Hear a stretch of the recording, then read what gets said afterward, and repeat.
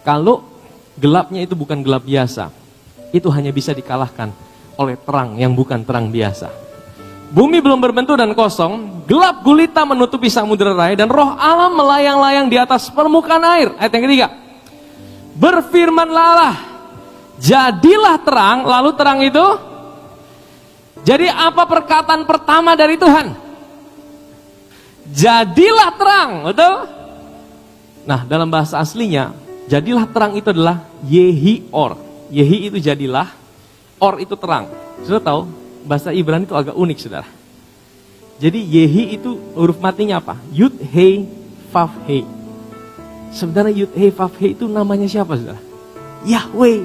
Jadi sebenarnya Tuhan sedang bilang Yahweh itu siapa? Yahweh itu adalah Tuhan sendiri. Jadi sebenarnya di perkataan pertama Tuhan sedang bilang Yahweh adalah terang. Tuhan adalah terang.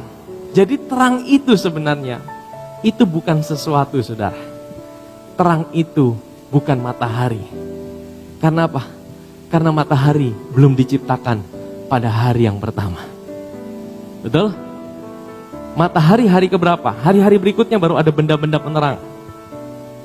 Tapi terang itu dijadikan pada hari pertama. Dan perkataan pertama yang keluar dari mulut Allah adalah Yehi Or. Tuhan sedang bilang apa? Terang itu aku. Akulah terang itu.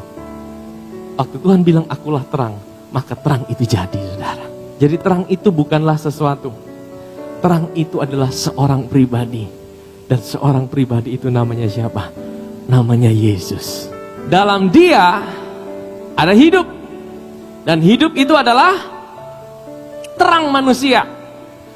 Jadi kalau saudara tidak punya Dia, saudara tidak punya hidup. Kalau saudara tidak punya hidup, saudara tidak punya terang dalam hidup saudara. Amin. Ya, hidup itu adalah terang manusia. Terang itu bercahaya di dalam kegelapan, dan kegelapan itu tidak menguasainya. Saudara tahu, kegelapan itu tidak perlu diusir-usir, saudara. Kegelapan tidak perlu ditengging-tengging. Saya kasih contoh, waktu ruangan ini gelap. Saudara tidak perlu usaha bagaimana gelap ini dibawa keluar.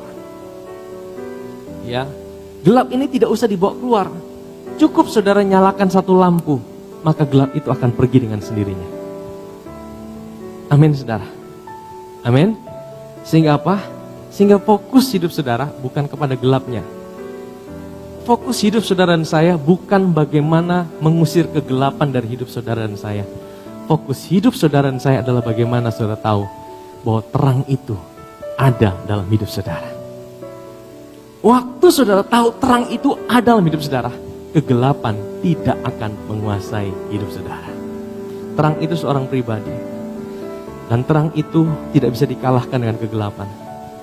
Kalau kita mau mengalahkan kegelapan, kita butuh terang itu. Amin, saudara. Bagaimana caranya kita punya terang itu, saudara? Simple sebenarnya.